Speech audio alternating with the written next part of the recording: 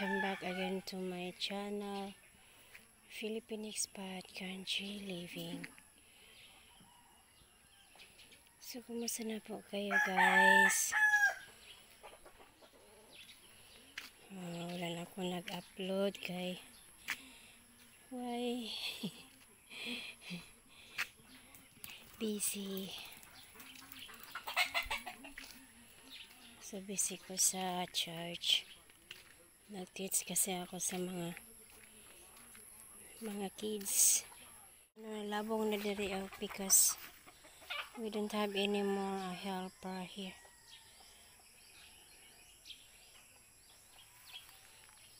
Si Philip lang nag-cut. Oy, ang mga kuano and blossom nag-start na po.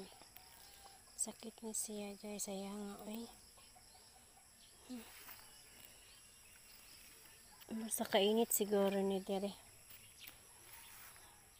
So may na lang ang uban na init tubo.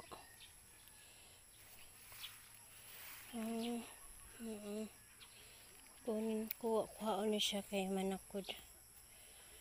Marag akong tomato nag-survive pero na-in blossom po siya. Labo siya sakit. Ang akong pichay kana na lang nabilin. Manay old and ang new hair na kadere. Ang siya akong pichay. So survive lang gihapon sila guys. Too thick and thin. So na akong kuan. Napakoy cauliflower nabilin. Pero ang uban ako na siyang gigulay.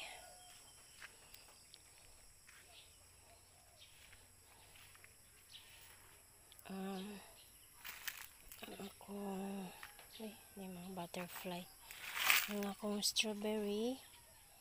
Hindi kaya siya murag healthy but ni-survive. Buhi pa siya. So, abangan na lang po natin. Kasi excited na ako dito eh. Yung mag-start na siya ng vine. Pero hindi pa. And ang akong kuandere, ang ampalaya is na siya padong na siya kanang kuan history nangingani na siya oh. So at least naka-harvest ko ani many times. Ay nagyalo na siya oh. Murag din na siya na siya mabuhi sunod. Arita dere.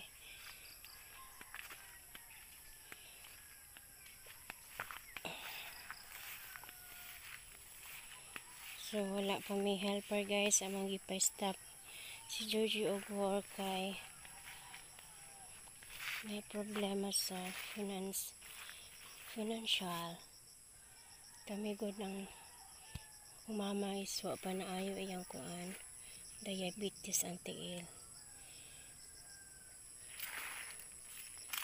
So kami nag-support. So ang akong kuan diri ang sa ni Oppo. Muragag lain man siya nga Oppo kay gagmay. Di siya kanang tag-as.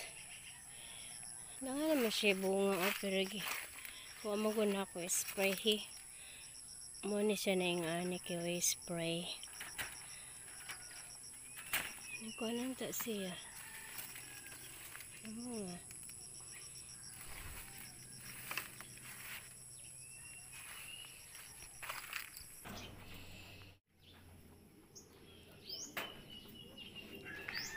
So grabe kan hindot ning pandakaki nga plants.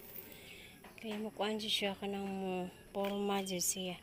Dili siya lisod itrim kay humok ra kaayo okay. Humok yung mga branches balion.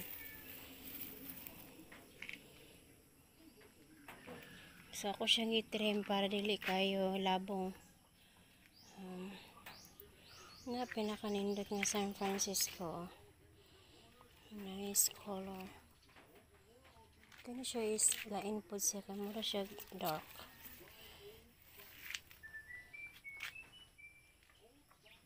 So, punta tayo sa ano guys. And I need to harvest some of the eggplant.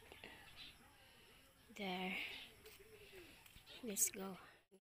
So, nun ako diri sa among eggplant.